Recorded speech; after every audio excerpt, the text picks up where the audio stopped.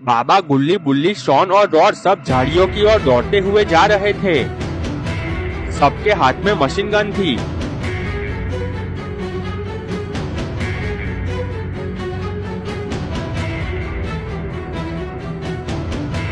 आलिया और जेसन झाड़ियों में पेड़ों के पीछे छिपे हुए थे।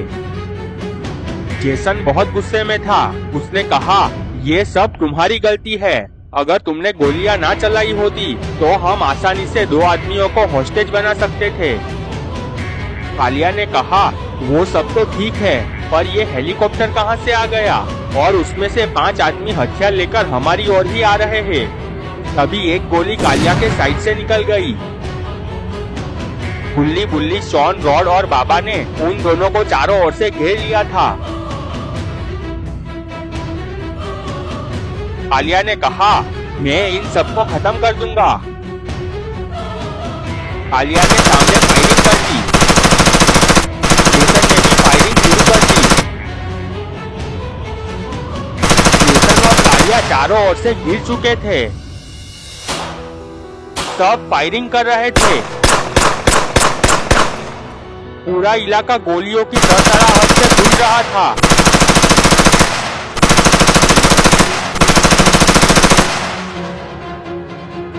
सरदार जी हेलीकॉप्टर के पास खड़े हुए थे। तभी उनको कॉल आया। सरदार जी ने कॉल रिसीव किया। कॉल पीएम सर ने किया था। उन्होंने कहा, क्या खबर है, क्या वो दोनों मारे गए? सरदार जी ने कहा, नहीं सर, वो दोनों घनी झाड़ियों में चले गए हैं। बाबा और सब भी झाड़ियों में गए हैं और बहुत देर से फायरिंग की आवाजें आ रही है। सर ने कुछ सोचा और कहा, तुम क्या कर रहे हो? सरदार जी ने कहा, मैंने बाबा से कहा था कि मैं कुछ मदद करूं, पर बाबा ने कहा है कि मैं हेलीकॉप्टर के पास ही खड़ा रहूं। सर ने कहा, जैसा बाबा कहे वैसे ही करना। कुछ खबर हो तो मुझे इन्फॉर्म करना। सरदार जी ने कहा, यस सर। सरदार जी झाड़ियों की ओर देखकर कुछ सोच रहे थे। लगातार फायरिंग हो रही थी।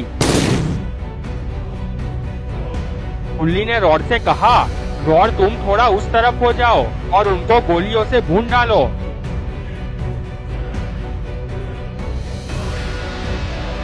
रॉड दौड़ता हुआ उस तरफ जाकर उन पर फायरिंग कर दी।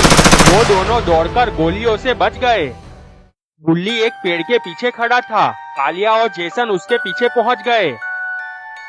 कालिया ने जेसन को इशारा किया। गुल्ली को खबर नहीं थी कि उसके पीछे कालिया और जेसन खड़े हैं।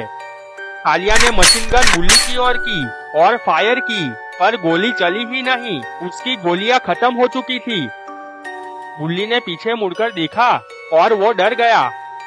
कालिया ने जेसन से कहा, भून डालो इसे। जेसन ने फायर किया, पर ये क्या, उसकी भी गोलियां खत्म हो चुकी थी। गुल्ली मुड़ा और वहाँ से भाग गया। कालिया ने कहा, अब क्या करे, गोलियां तो खत्म हो गई है। जेसन ने कहा, अब सिर्फ एक ही रास्ता है। कालिया ने हाँ में गर्दन हिलाई।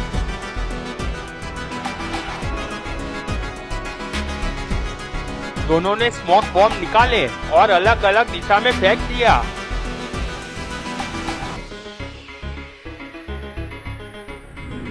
बहुत धुआं उठने लगा। बाबा को कुछ दिखाई नहीं दे रहा था। बाबा ने जोर से कहा, सब अपनी अपनी जगह पर खड़े रहना।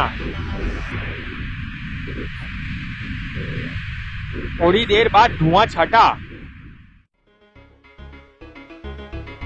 बाबा ने आवाज लगाई, गुल्ली, बुल्ली, शॉन और रॉड, सब मेरी तरफ आ जाओ।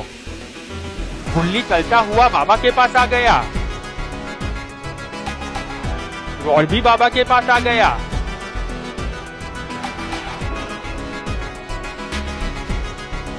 बाबा ने फिर से आवाज लगाई, गुल्ली, शॉन, मेरे पास आ जाओ। बहुत देर हो गई पर वो दोनों नहीं आए। बाबा ने कहा, चलो उन दोनों को ढूंढते हैं। वो तीनों बुल्ली और शॉन को ढूंढने लगे।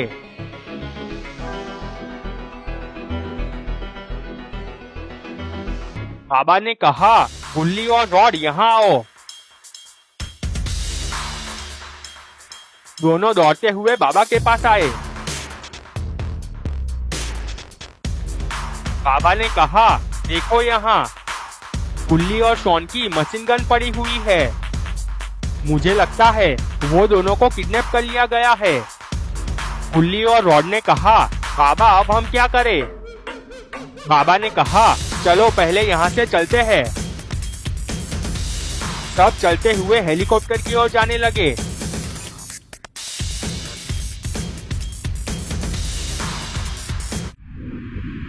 स्मोक बॉम्ब के धुएं में जेसन और कालिया वापस पीओके की ओर भाग रहे थे।